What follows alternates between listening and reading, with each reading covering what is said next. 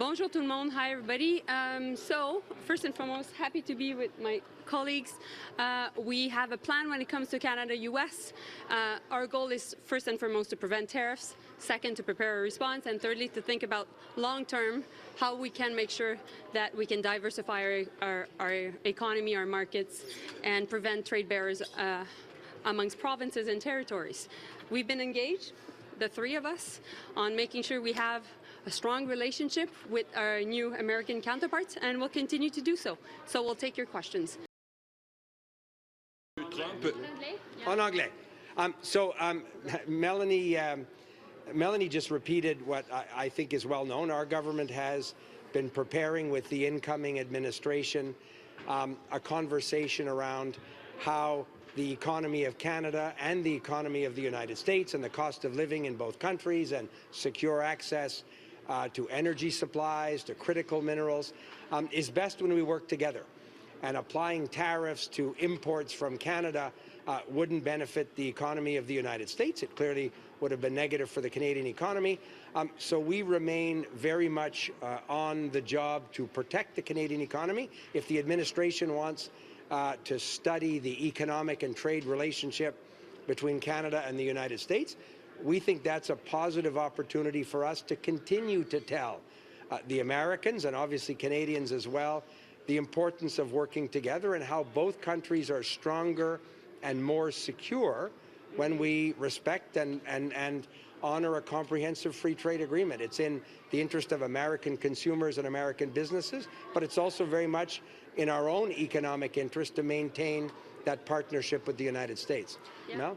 Yeah, and I think what is important to remind ourselves is when President Trump tweeted back in December that he had concerns with the border and fentanyl, we acted, and we acted swiftly. And we presented a very strong border plan, which was presented by Dominic and also is being implemented by David right now. And we got some very positive feedback from the administration. And of course, meanwhile, we made sure to push for our interests and to convince a lot of Republican senators and key Republican decision makers about the value of a win-win relationship. So we'll continue to roll up our sleeves, and for all those watching us right now, what is really, really important is we need to continue to be Team Canada, and we need to be united. So we are prepared to deal with any potential surge. I've met with the officials at the RCMP, the CBSA. There is domestic cooperation between our agencies, between the federal and provincial governments. We're working with our American counterparts, and we're watching very carefully. And we have just-in-time numbers coming to us at the border crossings. It's important for folks to understand if they're planning on trying to cross the border in between our ports of entry, it is illegal to do so, and it's dangerous to do so.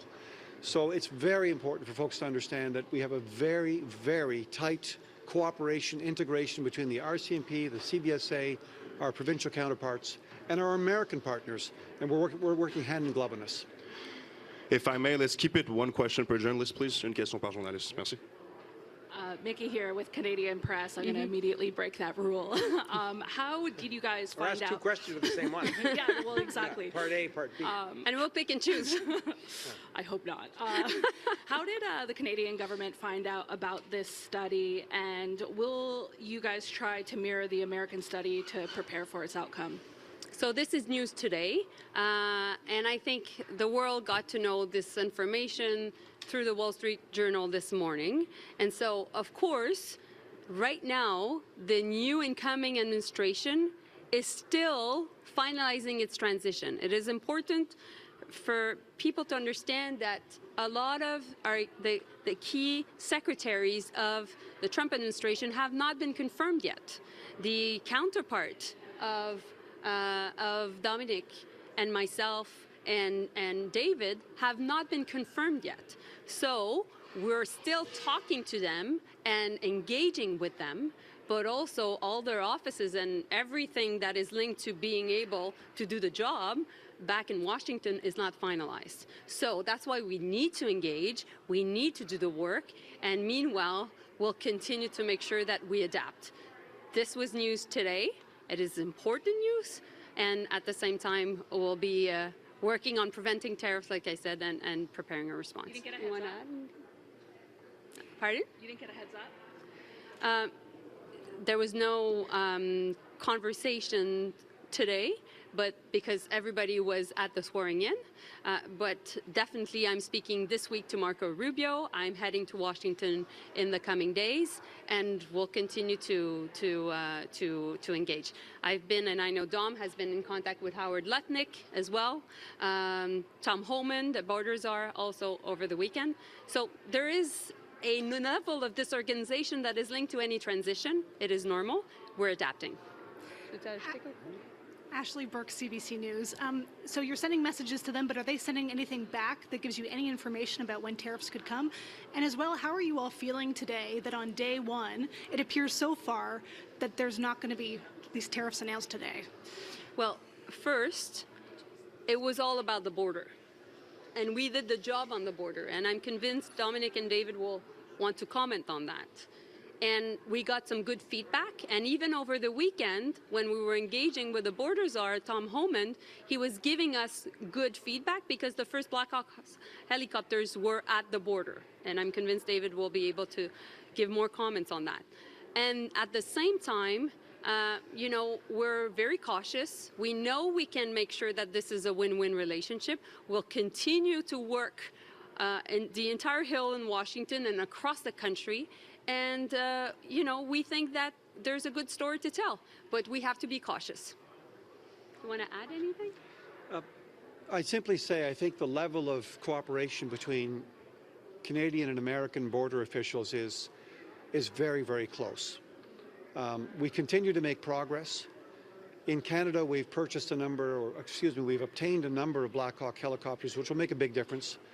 We have mobile radar systems coming in that we're using in conjunction with our American colleagues. We've procured 60 new drones, which are actually made in the United States, from the United States, which are in keeping with their national security and our national security concerns. We've aligned our opening hours in terms of our border crossings. It's a very important issue. We've gotten rid of the notion of flagpoling, where people could go down around the border and come right back into our Canadian ports of entry. That saved 8,000 days of work for our border officers here in the United States. I think it's important for Canadians and Americans both to remember this. We have a very strong border, and what we're doing is making it stronger. Stronger for Canada and stronger for the United States. Because you know, frankly, the antidote to lose-lose is win-win. And this is very much about winning. And I think our American counterparts now have understood, on the border at least, there's very little daylight between us domestically and very little daylight between us and the United States. Yep. Feeling very good. I think we're working hard, anticipating more work. Managing this relationship is going to be important. This is President Trump's first day in office. It's an important day for him and his administration, and we will govern ourselves accordingly. So I feel motivated because I think it's really, really important that we continue to roll up our sleeves and make sure that we defend Canadians' interests. You want to say? How do you feel, Dominic? I feel great. I'm looking forward to the next question. Ministers, you're gathering here for a cabinet meeting with really no more information today than you had yesterday about what the plan was from Donald Trump in terms of trade tariffs and what the impact is going to be for Canada. So how do you go about developing a plan when you still don't have that information from your counterparts in the U.S.? Well, the thing is we've been doing the work to prevent tariffs. Just if you look at whom we've talked to, the three of us, in the past 2 months, we've talked to the incoming U.S. Secretary of Commerce, the incoming U.S. Secretary of State, the incoming U.S. Secretary of Energy, the number 2 of the Republicans, which is John Thune, the leader of the majority in the Senate, the chair of the Foreign Affairs Committee for the Republicans in the Senate, Jim Rich, Lindsey Graham, who is a senator very close to Trump. We've been also engaged with the border czar, which is Tom Holman. We've been in contact with so many different key Republican leaders. We've been also in contact with key Democrats. Jonathan Wilkinson, the Minister also of Energy, has been working the Hill last week as well. So we're acting as Team Canada, and we'll continue to advocate for a win-win relationship and meanwhile defend Canada's interests. So I've said, on that, in terms of our plan, we'll continue to make sure that we're ready. We'll continue to work the Hill in Washington, across the country as well.